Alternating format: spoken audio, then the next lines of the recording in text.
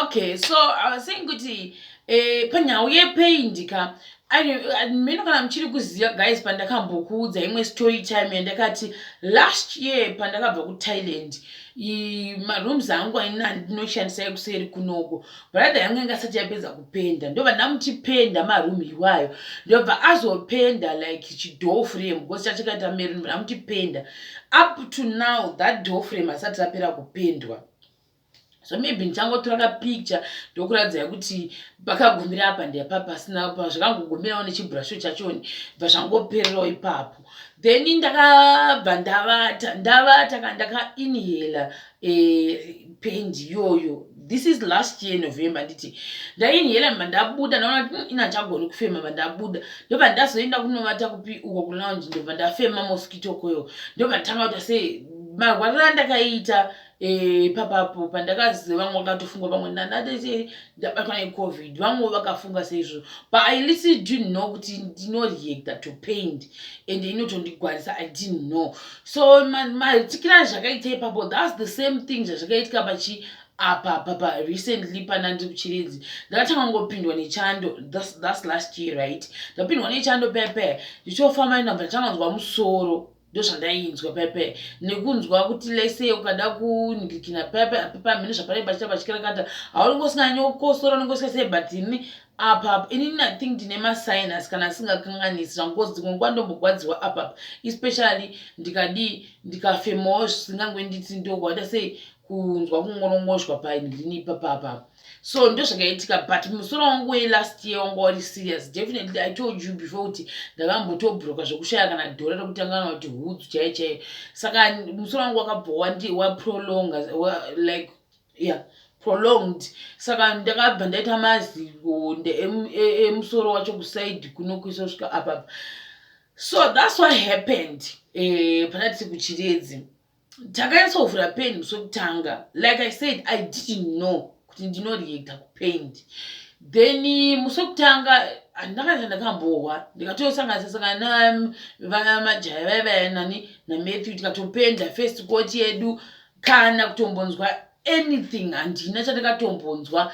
Then the second day ndo patakanotenga mamwe matinges wawati I think achazotaka skipa imwe day kwatakaita sei tikazoti no paint inaobuda kala itachida ngatichinja mamixers amwe aibvunzwa mamixer ndeti black newhite but then the thing is now yakanga yaenda kukrimishi isina kuzobuda so handizozvi kuti unoimixa sei kudo ibude like that because akazopesa tesa nematinda zeblack.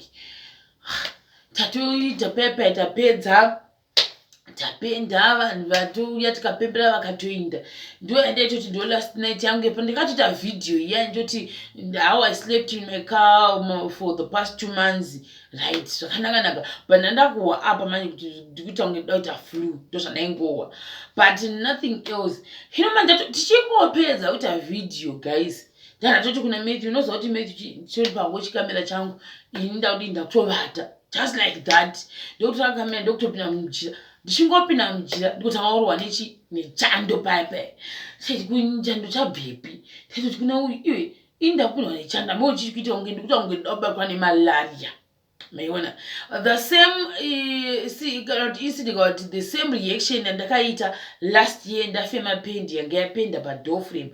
That's the same reaction ndakaita ipapapo ma same symptoms not let me say symptoms andakaita pandakapinda mota ndakuvata ndikutanga kusheka ndati kuti udaita matanzels because normally futi kadaita matanzels ndotanga kuti angirikupindwa nechando zvakare ndikati kana anoti chii but usiku ihwohwo manje guys ndakahwa musoro wendofunga ndikapesa 1 grade 5 mugore 1998 musoro wangu waita kurova nezasuku wewe urova napapa wewe urova napapa so wandakambonzwa hangu last year ndaiunzwawo hangu but hey uyu wanga wauya uri heavy.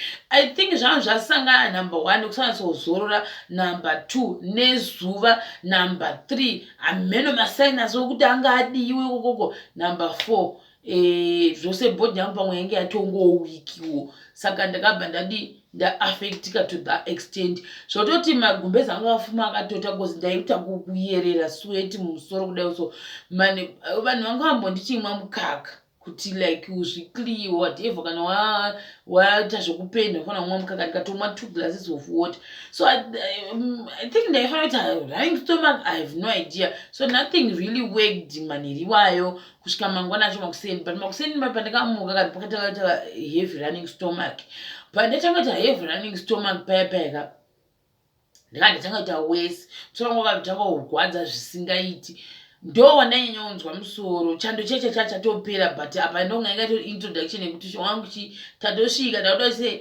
ma-reactions kana ma-symptoms edu ekupenda adi asvika. This is me thinking kuti ndizvozvo panguva iyi guys. So ndadi pepe ndati isu tikufanira kusimuka nhasi na 1 p.m.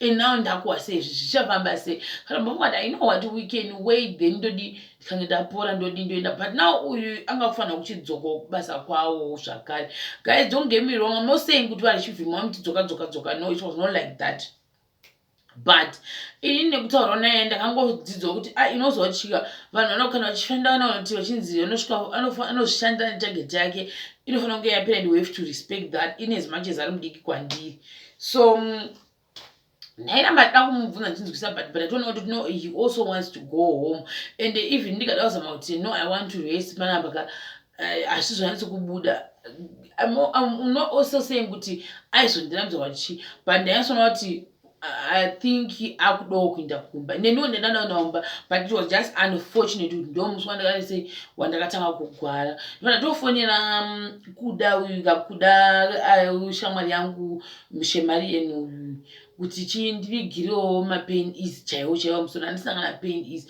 ndakabva ndadzidzawo zvakare in future kuti if I'm gonna partake or if I'm gonna go for a project out of Harare kana kuti kudi I should have a medical kit kana kataka first aid kit kake kanenga nemishonga guys the pain is rakanditira gold ndikifunga kuti ndobva sei pambuya sare kuti ndinokuda muchiredzi guys ndakatambura kainondoita sei vanambuya majaya vakauya vakatonditsvaga choda kunzwa kuti ndiri sei wati ndikutotipawo prayer nekuti bhabhaisa guys vaita zvokundigogodzera mota ndakamuka mawindo ndakavhura madhoo ndakavhura ndakaita kurabanuka nekuvata chaiko ndasikakwanisi kana kuekera kana kusimuka musoro wangu waindigwara musoro ndo wakanyanyondigwadza neapapa paiiritira singaiti pandizivi kuti sei isina kukunzwa zvifungwa kuti pamwe masainas akunyanyondigwadza stereki so ndakatosvika ndakavata think kusvika kuma12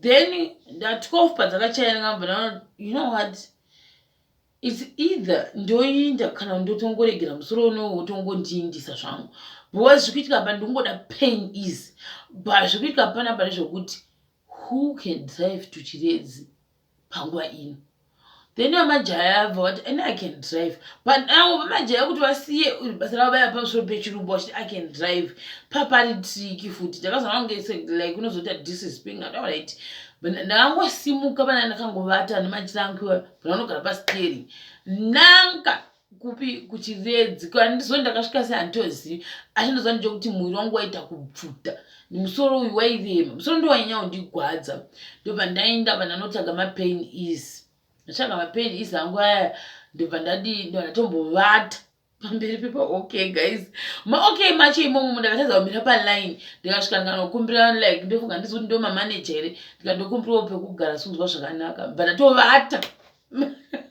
mupabheji okay ndavata ndobva vatokandoti mem are you okay ndikati no I'm not feeling well guys god yopa okay pepeka kwaudondifinhura tsvaga ndikasora tiri mutroi 1 achita kutsvaga kuti kaswiti ndandatsvaga kuti mamindi futi achita kuti mindi racho riri papi rari kuona guys kungokufinhura ndozvanga kuita iyo guys ndakarwadziwa musenga apa ndaita kuhuta apa ndisangana mvura because like futi throat yangu yese yange yava dry iyi saka like angazvizvi kuti pendi yaya inosveta here mateka uchishinoitika I have no idea saka ndaida mvura but apa pangu papa kutange pakutsemukira sort of ndabva ndadii ndatanga kumwa mvura yangu paipai ndapinda mumota ndamboti vatebva ndazotega ndizvishingise because izvozvizvi vanhu kumba kwada chikafu ndobva ndaita seibva ndazvishingisa ndadhiraivha ndadzokera musoro wangu pandakangomwa peni izi bva watangoita nani handina handi kunyeba musoro yavo bva ndatonovata ndikasvika ndikangonosiya chikafu ndachikafu ichi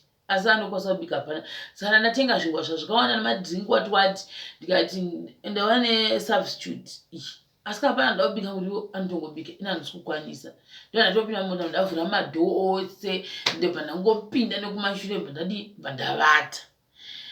ndavata pepe ndaingota zvekuputa ndichimuka pai ndichipura ndichimuka ndakunzwa kuti musoro wangu wadi usinzwa musoro wangu wadi watonyarara musoro waunozombondirwadza pandakangomwa mapendizi ndobva watoita bhoo even manhero acho ndakasokosvika kuma5 ka ndada kutonzwa kunge like ndatorit wati ndosimuka pepe but pakusimuka pacho pepeka ini ndainzwa kunge ndaaright body yangu maybe ndandakunzwa kunge ndaaright because I really wanted to come home or to live. I don't know not kuti to live yekutiza aiwa but kuti ndandasuwawo kumba so maybe that's what I was telling myself kuti I'm now feeling better, I can drive. I have no idea. So then from there patatoenda kusvika kuchiredzi kuzaka tatosvika kuma10 kwavatete vangu tikatosvika tikatodhinda food memwana ndikatopedza tikatozondoshanyira vamwe vamunini vangu tikavatora kuma12 tikatotandara saka I think ndo mistake yandakaita. I should have rested rather kutombovata usiku isu tanyaya kusvika kuma3 am tangogarisha nyaya tose ndobva tazovata.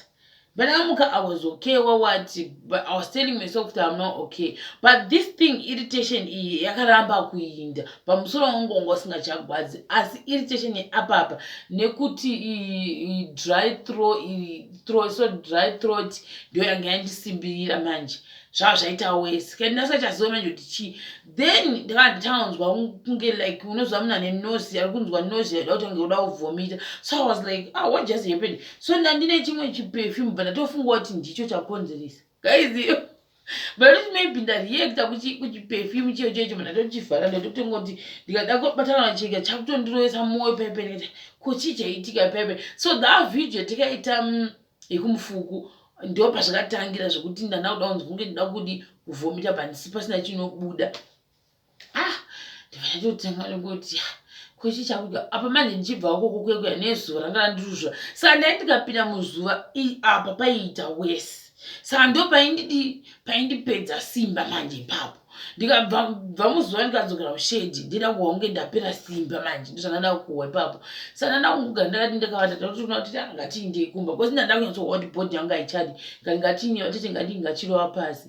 vatatoenda nejongo rangu randakachengetera navatete guys since 2 months ago nemaonyeni anga atengwa nemumwe munhu vatatotora chipepe ndibva taenda kwati changu tasvika kuyeka vatotibikira wati ndatosvika ndikatovata futi pemene kandaunzwa kuvata izvo kudi kuruzurwa kuya kudi kutoramba kuti but pakufamba futi pepeka that thing ndakanama ndichinzwa tikatotenga mashuku noti mashuku mazhanje ebrown ndikutoda kutibvisa chinhu chacho kuti chibve bva zvatombopera ndabva ndazosvika kupi kumba ndasvika kumba bva zvamboita nani bva ndazoona kuti mangwana acho guys ndasika mangwana acho ndopanga kuti handisi tsotsi because ndakafuma ndisingago apa manje zvandakazoita ndakazora inonzi noti vaselini vix ndazora vix handizoti ndoti ndoblanda ndakaita ikauti chii ndakavata kira yese like because ichita kuchururuka mati ndakapedza nomuka 3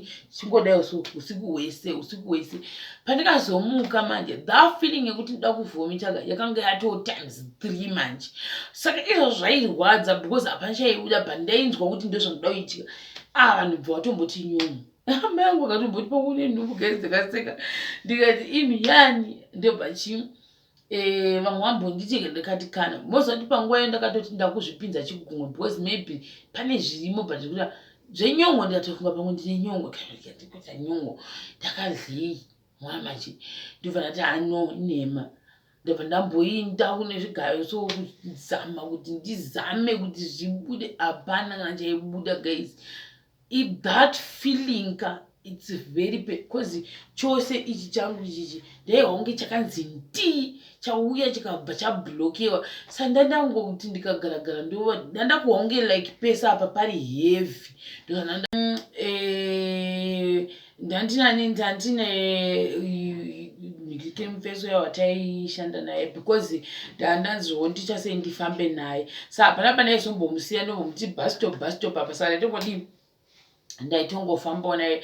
So that's the reason why ndakazobva kumba muswa like that. So that was like muswa I think 1 or 2, I'm not so sure ndachaziva madates, but because ndakafira kuti ndikabva pamba kana ndikanomusiya panyika ndomukwidza bhazi ndochiti ndakwarare wega, mwoyo wangu wakandiudza kuti zvosange ndamudhamba kana kumuneglecta ozofota. Saka ndakaendeine kana kuti takafambire kwesoko yeti afanira kunge tichinda tese kuHarare. But ndafila kuti no, that's impossible. Ndikambofunga kuti maybe sezvo baba wangu vachikwanisa kungoenda kwanyika vaikwanisa tese womutora unomusiya panyika zvakare, but ndakangona zvisina kuitira zvakanaka. Manjira ndana tete wangu zvakare ndatoti you know what, let's go. Ndo zvandakabva ndaita ndikati no, let's go because aifanira kuenda nacho. Saka kumusha kunogara baba vangu namai vangu musha kweduku ndakazimuka na1 dzemasikati. Miri kuti kubva makusenesa ndakangovara ndishanyarika 1 dzadzache ndichibva tadii tatanga kugadzira kuti tisimuke, but handandisingakwanisi kana kwazve magiro anga wanga akabika masvusvu apana munhu asingazivi kuti ndofarira madirwa. Saka madirwa aifanira kubuda musi iwoyo. Bvanaenda kudii kunovaoneka maigiro angu anorekureva kuti baba wangu mukoma wavo mudzimai wavo ndowandikutana nezvake ndo maigiro. Bvataenda kumba kwavo papai because isusu magarira tikangoita setup ndengoti tose tiri pa1 place. Ndakutonaonga maigiro angu ndanachi vachitokurunga masvusvu kune masvusvu nhasi mune madirwa tanzi amanje handichatodi handicakwanisi kumamirira, asi ndambomwa masvusvu because ndagasa tamwa masvusvu. Zvisinewo masvusvu ndiwo akakwanisa kuindirana neni because I think kakudziya kachone kakuti zhwarira kakuvavirira kachone kakandira zvakanaka.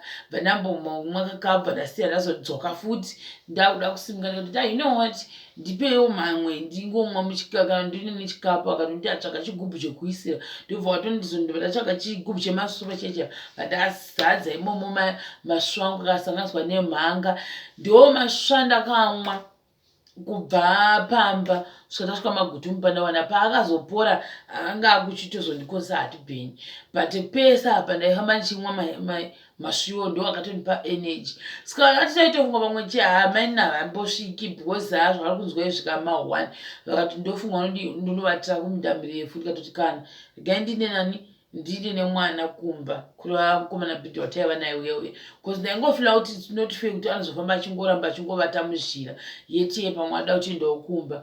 Guys, this is what I told mufesi uyu ndikamuti kana usati wambonamata in your entire life apa ndopo wakufanira kuisa maprayers. Are you praying? Because if you don't pray togona kusasvika kuHarare nhasi. Ndo zvandakamita tasiya vana vatete vangu mangena ndikati nandichatoende nekuseri kwavo kumaikira ndakutokudzikisirai kurodhi kuno kusava ndisatenderera. Ndobva ndati sei ndamutitonda prayer shamwani because handikuhwa pane pazvinomira mushe. Mai mwana apa ndanga mapainisi angu anga achipera apa manje ndanda kuchigaya futi kuti even nyangwe ndikangonzwa ndariwana rimwe painisi, what if pamwe mapainisi ndo akutondikonzeresa chatindi panapa ndo anandakufunga. Ndikati too late mai mwana ndakarova mota guys from pamangena ipo paya kusvika magutumu pandawana ndichitakuudziridza bhiridha kuti wanguka iwe ifanira kuwagara pasteering hauna license. Indakavata ipapo gaizika hapana chinhu yakama chokuti uyu asi kunyatso wakagwinya akagara pasi hana license, iwe uri kurwadziwa unenge une license asi ndiwe uri kutodhiraivha. Guys, ndakagwadziwa ndaita kuti ndikadhiraivha ndoti ndonzwa kunge ichi changu chakuda kusimuka kudaiwo so ndaigwadziwa ndikazi ndoita sei tamimira famasi. But ndandakutya manje kuti ndikanopuwa mupusha wangu ndogona kupiwa unogona kundicha sei kundifilisa dizzy ndo dzigona kuda kuvata ndo zvimwe zvandaitya vatiti vakatomboti ngatinemanyika mutsvaga mushonga mandeka ndozvifila kuti ndogona kungozopa mushonga ndikangorwa hope apa ndichidhiraivha ndingangoshingirira tadero pepe tafamba tazosvika kuno chingoramba ndingomudza mufeso ya shamwari namata shamwari muchivhu ndomatikazomira ndakuti chege nditsvage pamwe chine salt ndada kuda kunzwa salt ikawandisa mukanwa mangu ndodada kuda sei ndada kuda kudya stereki then tasvika pachikeniekera iya ndiyo yatakadhinda zvedu paya iyo slice iyoyo ndaingoda mazi salt tabva paya tazosvika muno muHarare but ndakatozosenda mukwidza aya achizoenda kwavo uko kumaraini kwavo kwanoga ndakara kuti kunonzi kuchi pandoko akatozina ana mubveta nguva patosvika then iniwo ndichingosvika ndangosvika nekukanda tumabhegi nekungoti kune vanhu vanga varipo torai zvinhu zvese zviri mumota mopinza muno inda kutovata ndakazora kutsvagoti bhaketi kuti ndindogeza ndokwanisa kuti ndizororeka ndisingachambooni kana chunhu ndokudi ndokuya ndokungokunguruka memwana ndakazomuka mangwana acho but bhodhi yangu ndanaonzwa kuti yakuchaishanane pachichanane ndananyeba ndakaona kuti ndaskipa kuti pandakasvika pamashops ndakabva ndaenda unodi ndakatanga nenda kufamasi because ndandati nda kutonoona doctor vaenda kufamasi ndibva ndati sezvo izvozvi pamwe vanovhara na 7 kuno because pane mangu uyu private akazara pamashops pedu kana ndakwari gavo kufamasi ndondoudza pharmacist kuti masymptoms angu and uye mushonga wandikamuzvira ndeuyu ndobva pharmacist atonditsvagira mushonga wamasinus uyu ndo akatanga kutonditsvagira akatoti amasinus ari kunyanya kugwadza but ndandipa amoxicillin then ndobva tichiri apa pachacho chogona kunge like let's say chinhu chiripo but chiri kuramba kubuda changoti ndiya chazi kuti pamwe choda kudissolva that's what she told me pana mutsana wangu rabva ndoti nogona ngwadi wakareacta futi kupendi zokozisa kuti whatever chirapa nogona mucus nogona kunge chimwe chinhu kuti kuda kuti chibude but chikutadza kubuda pani pamushonga wokudissolva chachagara apa pacho apapo ndobva ndauya kumba ndonangoti ndikadiki ndobva ndatovata but I tell you guys ndakavata kusvika kumangwana acho ndovuka kuma10 ndakangovata chimuka pepe ndanakunzwa zvinenge zvinene but muromo mangu mamachizara maronda manje ndobva ndazotaura pane this other nurse zvakare ndobva atose nditi shamwari kana iri pendi yawakafema let me tell you the truth pen my asha sorry inokumenshana my asha vaisonditaura kuti kana iri pen zvavanototevandese vanotombobva pamba pari kupendwa because vanoreacta the same way uni wakutange munhu like ane asthma sotofu senge uchagone kana ufema senge something like that saka zvinoitika kuvanhu zvakare futi ndobva ndatozobvunza nangotonga vakapfeka maski yakaita seyo vamwe kataura mataipi emamaski. And I think I also blame myself because mask chaiche ndaipenda handisina kana mask ndozvaiitika ipapo so definitely kana ari masinus acho neobvious zvakabva zvadi zvandowedzera because mhino mangu ndandangonzwa kunge matsemuka then apo pacho patange patatsemuka futi saka ndandangonzwa kunge like ndine nyota yakawanda pamvura yacho hapana zvairi kubatsira then nemaronda ngakuika parurimi nemukati kumusoro kuku ndo mamwe zvakare bva ndapiwa mushonga wacho ndobva ndati handikuhwa usimbe kuti ndinge ndichida kuyekerana naye because ndambofuma ndichinzwa zvirinare kana ndite sei ndizorori so pese pamachizora mamwe mavhidhiyo kuchirezi pepe ndatoo kuno kuHarare but ndandichirikafa ndiri kuno kuseri handitorikafa chichiona mumakomenzi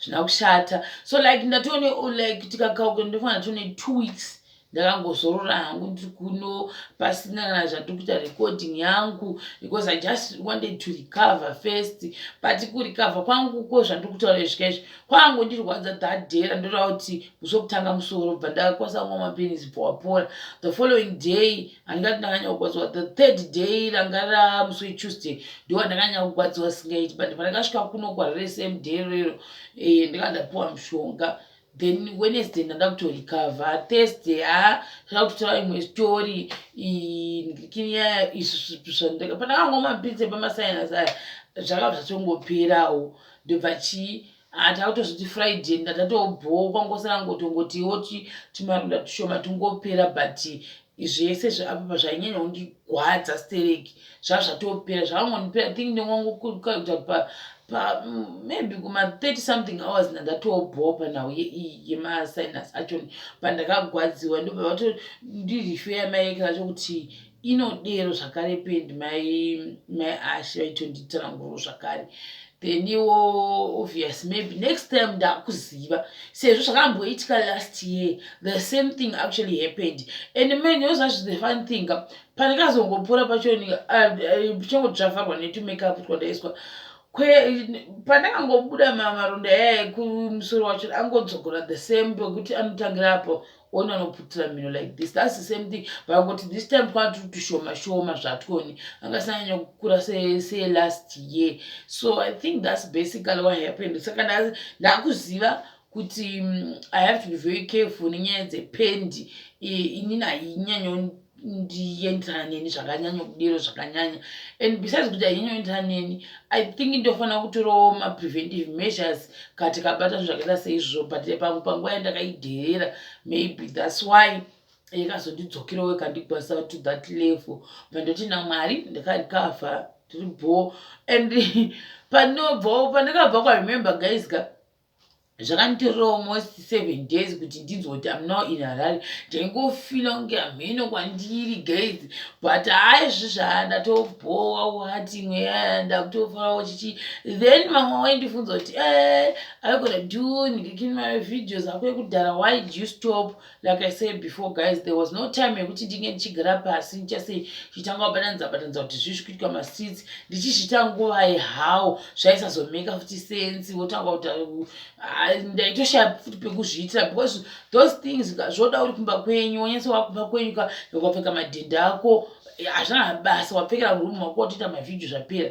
So that content definitely that's my content handinamboisiya, but achimbofokasa neproject. Now project yapera. Asi sandaenda futi kumberi ndikandidzoke panhau yekuti hapana sitwa vhidhiyo yekurima nenhau yekuti tatakuda kudzoka munhu tatawana kuti anga achiuya kuzorima, unfortunately akagwara. Saka agwara munhu yaya ndobva ati yes tractor zviripo asi muri wangu wasunda zvakanaka.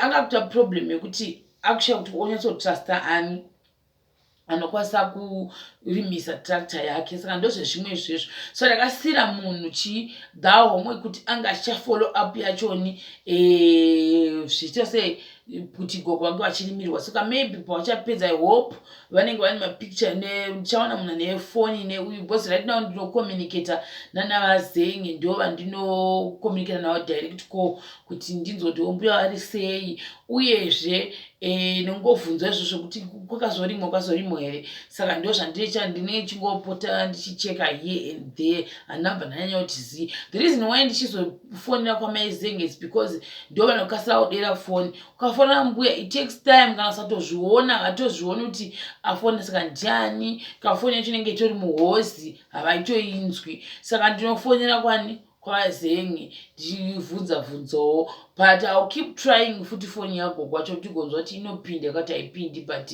so far so good. That's the communication that yacho. Saka yeah. And also I want to thank my father vakatoti pese pandaitisa nawo pandandichigwara pacho pandangaenda kukonita kuti ndaiwa unge hameno whatever.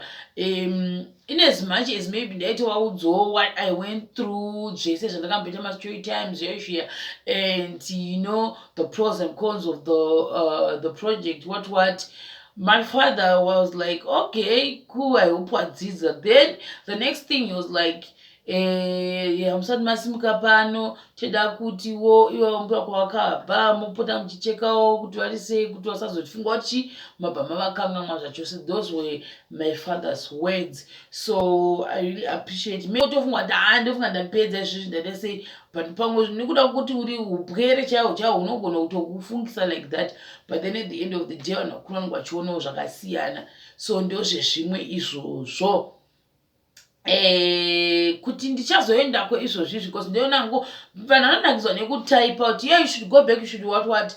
There's so many things you have to consider before you travel to a place like Chiredzi. Number one, the distance. Pachiri kuchiredza hakusi pano, guys. That's what you have to consider chekutanga. Number two, maroads achichaichaiwo kana wakubva let's say from Guti Mupandawana kunosvika wasvika kuko road yacho chaiwo unonzwa seunotsva. Number two, mavhiri ako ari boy kwati asi bo. Zvinhu zvaunokwanisa kuconsider izvezvi. Ini rangu rakabayiwa ini. Tobayiwa nemunzwa chaiwo chaiwo tichitoya kuti ndakatozozviona takutosvika kwaRoy kuti rakabayiwa tikatoiswa plug. Then the other thing futi chaunofanira kukonza fuel. Kutaipa kuti you should go back is different nekunditi fuel. Ndonichiwa nepi fuel kuti ndirame chita up and down. Those are the things maybe vanhu zvavasingazoconsiderwo pavanenge vachasei vachitaura kana kutaipa kuti don't forget. Inini what I believe that I will not forget nchifona, but zvokuzoti ndite regular like visits kuenda kuti achikwadika kure kuChiredzi. That's why ndaita zvokugara ikoko. Zvakuti ndataura zvina fuel, ndataura zvinhu zvakasiyana apa. Hata ndataura kuti iwo zvakare iko kwacho panguva yekunaya kunoko kosvikika kwata kusvikiki. Ini from what I've heard, kana kwakunaya mota dzevanhu chaivo kwanzi vekumhiri kwanoita zvokudaidzira vashandi vavo kuti grocery hamenoto vanoita zvokuita netambo yekwati vanoita sei kunotonetsa kutofamba ende kuri very muddy. Ndo zvandakanotisa zvakare. Saka zvinhu zvokuti unofanira kuconsider guys zvatiri kunyeperana. Chimwe futi number 67 inini wachoni zvakare ndedambotorefreshawo ndimbozora chasei waona manje. And also pane chinhu wani chandakadzidza kuti when you doing these things you have to make sure kuti unogara uchitaura kuvanhu vamuri kubatsira kuti they're not the only ones vanenge vachida sei vachida kubatsigwa muZimbabwe. Kune vamwe vanhu zvakare vanotori nemasituations maybe atori more than avo kuti vati vahwisise kuti no kuya kwatiri kuita kunoku tikuya kuzokubatsirai asi tikange tapedza pakutori nevamwe vanhuwo vanoda kubatsiriwawo. Zvinhu zvokuti ndaita regular kuramba chitaura nokuti ndine ndatoona kutoti situation iri panapa munhu anenge akutoti saka zvangu zvatoita ndichatomboita chimwe chikauti zvangu zvatoita vanhu hava kutofanira kugara kunoku vachigara vachindibatsira every time and havakwanisi kuzonge vachibatsira vamwe. Zvinhu zvandingotaura kuti unochiona. Saka tinenge tasei ndo zvinhu zvandakadzidzawo kuti izvozvozvo unofanira kuzvitaura kana kuti munofanira kuonesana pamunoenda kunzvimbo kuti kunge tabatsira imi hazviri kuti chiramba chibatsira zvakare all the time because kune vamwe vanhu vanenge vachida kutobatsirwa vari pamutsetse izvozvo zvakare. Uye nekubva watoramba uchiramba uchiti kubatsirwa uko hazvireve kuti zvakunzi chiitai usimbe. Again, I'm not saying ndo zvazviitika zvokuti wanga kuita usimbe. No, it's not like that. But ndingotaura kuti zvinhu zvokuti unodzidza pakunge uchiita maprojects iwaya. And the other thing pakunge uchiita maprojects zvakafanira kuti uchidzidza kudero isusu project yedu lese yange yakanyanya kunangana nekuti kuvange vachiwana pekugara pakanaka. Saka izvozvo zvimwe zvezvinhu zvandakadzidza zvakare kuti kana wasvika panzvimbo zvezvenyatso make sure kuti munhu wese azviziva kuti imi muri kuita zvekuvaka uye nekuti pamwe chikafu chemabhiridha vanenge vachasei vachipiwa chikafu ndo zvinhu zvavakavinga kuzoita ipapo. Zvekuzombobata maybe kuti iwo zvawavinga school fees pamwe yevana ava vese pamwe haisifanira kunge ichibatswa. It's like this one is my own analysis ndakadzidza nekungoti zvinhu zvokuti maybe in future unofanira kungoita sei kuti ndofunga unofanira kuchitaura nanhabva ndakumbirwa school fees kwagogo vanhu vanokwanisa kupidigudza mawedzi aya ndabva ndatongozvitaura because ndozonzwa mumwe kuti saka woda kuti vaite sei kana ukanyima mari yefees havana mbudzi vanokumira mari yefees and hazvina kubvira zvataurika. But ndikutaura kuti it's something I have actually sat down and okay, maybe in the future you have to do this and this and this, and maybe zvinobatsirawo kumberi zvakare. And definitely zvakare mabhuku hazvidhuri definitely, but maybe ungoziva kuti saka iwo pamwe kwafambira chakati hazvoti wafambira chakati because iwo ukazoda kubvisa kuti uyu wanzi anoda shangu yake yakati neuniform yake yakati ukukura kuti kuproject yadi zvatosara sure waona manje ndozvo zvimwe zvinhu zvokutoti uchingodza uchiona uchiinda. It's a discovery guys. Kune vanhu vanokasira kupidigudza zvinhu that idiscovery. I'm not saying kuti ndo zvakaitika panguva yandandiri ikokoko. Zvinhu zvandaingogara pasi taisa because 2 months dzakareba kuti ungochidzidza zvakasiyana siyana. mind you zvekuti amachechi izvizvi zvinodhipenda nemunhu uye zvotomira kuti kuda kuita sei.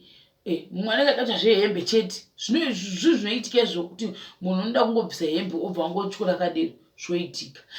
Ndichiri papa kunyanya kuti hembe ndakatozokanganwa kuvhura this other package nekuti time yenge yadi tatawandirwa. There's a package yaiva iri yeblack ndakangana kuti sei kuivhura, saka so rake munhu wacho kana achingawo achionawo zvakare kuti takangana kuvhura package yake. I think ndofunga pamwe vaida kuzoti vaoneka kuti iri kuvhurwawo zvakare because mamwe taimavhura iyoyo ndakakanganwa kuivhura. Guys, that was my bad. I'm so sorry about that. And mwaona kuti paproject ndoda kubvisa futi zvinhu zvinoitika izvezvo kuti ndo zviripo. And ndofunga kirawo futurewo ndichange tichingodzidza zvakasiyana siyana uchingoobserva nekuda kwekuti vanhu hapana munhu unobva watoti ndatograduata ndatokura ndatodai, hakuna zvinhu zvakadero. And like I said, big disclaimer, don't get it wrong, guys. I'm not saying anything bad happened. Shoes, it's not like that. Ndaiona hangu kuti tichanhasi kunhasi baba kwanzi kodiwa maheti manyowani uyu ari kuudza ndikugara ka uchingoonawo zvako, saka zvinhu zvandichingoona chingodiscover okay cool. And also uri ipapo ibva waziva kuti mumwe nemumwe anenge ada kuuya nechichemo chake indirectly kuti chihwikwe, saka iwo zvikwa uri kubva wangobuda pachena kuti isu hasina kuvinga zvakasiyana siyana zvamuri kutaura tinoita ngovinga uchi kwatakatumwa nemabhosi kuti isusu ndayapa. After that totoenda kunext project. Zvimwe zvezvinhu izvezvo saka totoshanda toti mabhosi imimi mashemanenzi ari kuona ndimi mabhosi edu, saka titoti mabhosi autotaura kuti basa ngarirohwe, mabhosi autotaura chakati, mabhosi autotaura chakati, ndozvatinenge chiita ikoko. Saka ndozvezvimwe izvi. I think panhau zvangu wekurikavha obviously larikavha then mukazononda kuti wamaskits edu emastreets aya aiwa tinoita dzoko. Then pane mamwe maprojects obviously efarming akasiyana siyana ataimbodocumenta. Those projects efarming watinoita tongolingwawo nevanhu, that's the truth, tetalingwa nevanhu. Then the other issue I noticed ndeyekuti let's say inoda kuita kudocumenta kwachioneka but at least kachisofiwo ndiuyewo kwamuri ikoko. That's the other issue yananda kufesa because munhu anguza kuti uya kwandiri saka ndouya sei ikoko. And munhu anenge asingazodi kuti iyadi abvise fuel because anongofunga kuti kwake iye but kwangu anenge asingazokufunga kuti saka munhu ndati uya undidocumente uyuyu uku ndidocumenta for free here uku ndidocumenta for chi, ukamuudza kuti aicharge munhu anoita sei anobva atongokumudzira kana kuti kutsanga kuti why maona manje ndozvezvimwe izvozvo. Saka pamwe ukazoonawo maprojects acho aita akada sekuti mashomawo ndodzimwe dzenhau idzodzo dzatinenge tasangana nadzo kuti pamwewo kuzvitarisa kuti ini handana fiwo mumota asi munhu kuti uya undidocumente kupi nokuudza kuti kubhindura kana kuti okuudza kuti kwachihota kwacho ndoenda sei. Ona manje zvimwe izvozvo zvokuti tinondozviconsider vedu because at the end of the day imarketing ine ichoitwa ipapo, so it's not like kuti takazvidhamba kwachipa tichiconsider zvinhu zvakaita seizvozvo. And then I think yandabata kwakawandisa nyaya yapapa. And who knows, maybe tomorrow I'll be back mugear takutanga totaura kuzi nhasi ndatozosura nditombogara pasi toona kuti what happened, who is who, what's cooking in the streets. Muri kunakidza singambo. So maybe tomorrow I'll be giving you some tell. Chambale zvakare pachikamu chinotevera.